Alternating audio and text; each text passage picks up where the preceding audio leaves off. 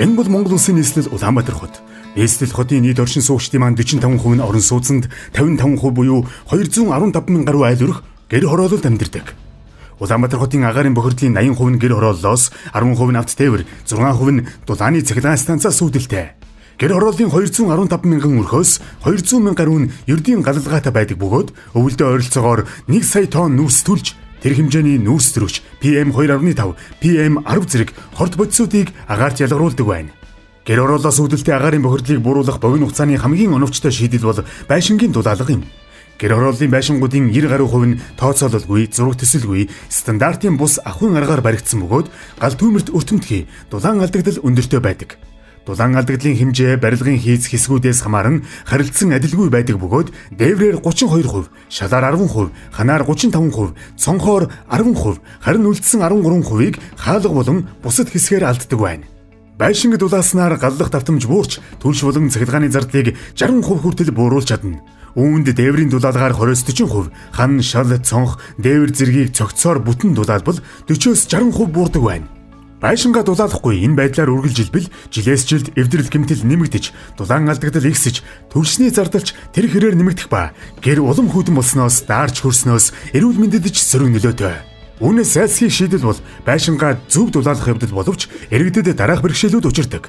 Байшингаа дулаалмаар байвч бэлэн мөнгө байхгүй, яг хаанаас дулаан алдагдаад байгааг мэдэхгүй, ямар материал сонгохоо мэдэхгүй, яаж дулаалахаа мэдэхгүй, цаг зав гарахгүй, хүн хүч хүрэхгүй гэх мэт. Энэ бүх асуудлыг шийдэхэд дулаан шийдэл төсөл танд туслана. Дулаан шийдэл төсөл дулаалгын аргачлал. Дулаан шийдэл төсөл нь Европын холбооны Switch Asia хөтөлбөр, Abia Pearson, Чех, Францын хөгжлийн агентлагууд болон JERS төрийн бус байгууллагын хамтран хэрэгжүүлж буй ашигын бус төсөл юм. Төслийн гол зорилго нь иргэдийн хувийн орон сууцны дулаан алдагдлыг багасгаж, эрчим хүчний хэмнэлт бий болгож, улмаар агаарын бохирдлыг бууруулахад оршино. Төслийн онцлог нь нэгдүгээрт техникийн үнэлгээ. Таны байшин аль хэсгээрээ хэдийн хэмжээний дулаан алдаж байгааг тодорхойлон, эрчим хүчний зөвлөхүүд байшингийн хэлбэр хийцтэй танилцаад хэрхэн дулаалбал зохимжтой талаар зөвлөмж өгнө. Хоёрдугаарт чанарын шаардлага хангасан материалын сонголт. Дулаалгын технологид тохирсон эрүүл мэндэд сөрөг нөлөөгүй, галд тэсвэртэй, мөн байгаль орчинд ээлтэй материалыг сонгоно. Барилгын бүтээц хийцээс хамааран дулаалгын материалын сонголт өөр байна. Жишээ нь блокон байшинг эрдэс хөвөн хөөсөнцрөөр, харин модон байшинг эрдэс хөвөнгөөр гэх мэт. Гуравдугаарт байшингийн онцлог тохирсон дулаалгын гүйцэтгэл. Үүнд дээврийн дулаалга, дээврийн хөндөд уур тусгаарлагчийг уул хэсэгт битүү дэвсэж өгнө. Энэ нь ахуйн хэрэглэнээс үүсэж байгаа чийг уур дээшээ гарч дулаалгыг норхоос сэргийлнэ. Үүний дараа дулаалгын материалыг дэвсэж амийг нь зөрүүлэн давхарсаар хамгийн багадаа 20 см зузаантай болгоод ханын босоо дулаалгатай уулзуулж битүүлнэ. Дулаалгын материал норсон тохиолдолд тусгаарлах чадвараа алддаг учраас дээврийн дусаалаас хамгаалж ус тусгаарлах амьсгалдаг хуудасаар сайтар битүүмжлэнэ. Ханын дулаалга. Тоосоо блокон байшингийн ханыг хөөсөнцөр эрдэс хөвөнгийн аль алинаар нь дулаалах боломжтой.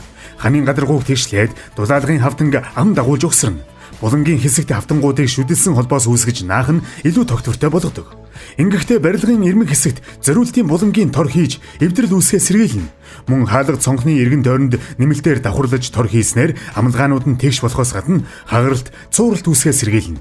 Дулаалгын хавтанг бэхэлсний дараа тусгай цавуу түрхэж тор наагаад хөрсжүүлэгч хийнэ. Хөрсжүүлэгч бэхжсэний дараа гадна хананд зориултын гоёлын шаврыг хийснээр барилгын гадна фасадад ирэх цохилт, даралтыг тэсвэрлэх чанар болон ус чийг тусгаарлах чанар нь нэмэгддэг.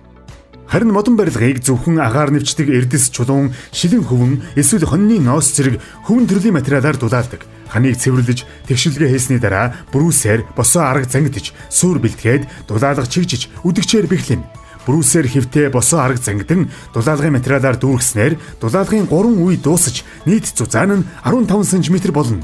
Үүний дээр ус тусгаарлах амьсгалдаг цаасыг амийг нь зөрүүлж битүү үдэж бэхлэнэ.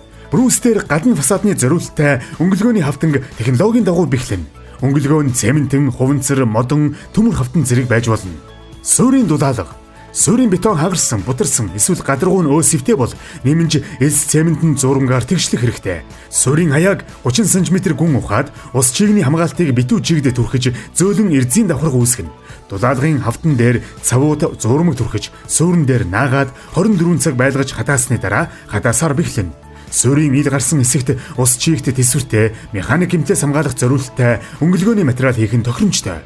Хэрвээ боломжтой бол бетон хаяавч цутгах хэрэгтэй. Дөрөвдүгээрт батал гаажуулалт хийн. Дулаалгын ажлыг бүрэн гүйцэтгэж дууссаны дараа эрчим хүчний аудитор дахин техникийн үнэлгээ хийн.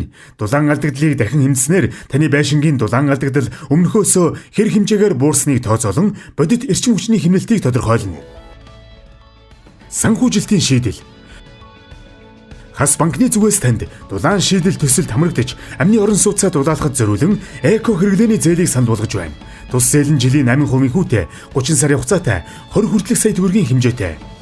Жишээ нь 50 м2 байшинд бүтэн дулаалга хийхэд дунджаар 6 сая төгрөг шаардлагатай бөгөөд урьдчилгаа төлбөр төлөхгүйгээр 30 сарын хугацаатай эко хэрэглээний зээл авбал сард 220 мянган төгрөг төлнө. Харин зөвхөн дээврийн дулаалга хийлгэх бол дунджаар 2.5 сая төгрөг шаардлагатай бөгөөд урьдчилгаа төлбөр төлөхгүйгээр сард ердөө 92 мянган төгрөгийн эргэн төлөлтхийн 30 сарын дотор төлж дуусгах боломжтой. Гэртээ хөрөнгө оруулж дулаан суудсандаа тоглог амьдрий.